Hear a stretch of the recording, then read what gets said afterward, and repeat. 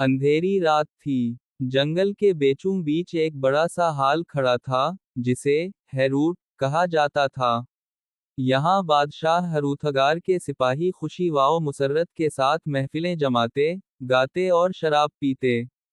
लेकिन उनके कहकहे एक ऐसी मखलूक के दिल में जहर की तरह उतरते थे जो सदियों से अंधेरों में छपी हुई थी। सितारा सितारा गरिंदल सितारा सितारा। गरिंदल ना इंसान था, ना मुकम्मल जानवर। इसकी आंखें सुर्ख अनगारों की तरह जलती थीं, इसके पंजे लोहे की तरह सख्त, और इसका बदन इतना भारी कि जमीन इसके कदमों के नीचे कांपती।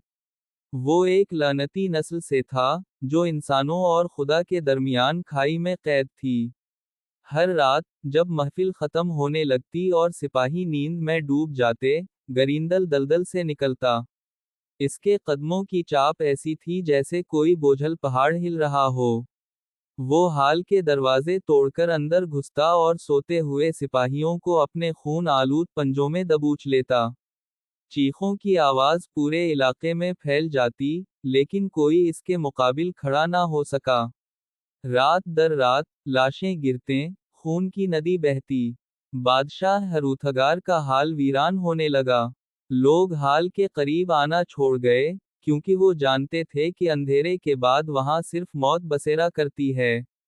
आखिरकार, एक बहादुर जंगजू, बेवुलिफ, दूर दराज से आया। इसने अहद किया कि वो गरिंदल को अपनी ताकत से शिकस्त देगा।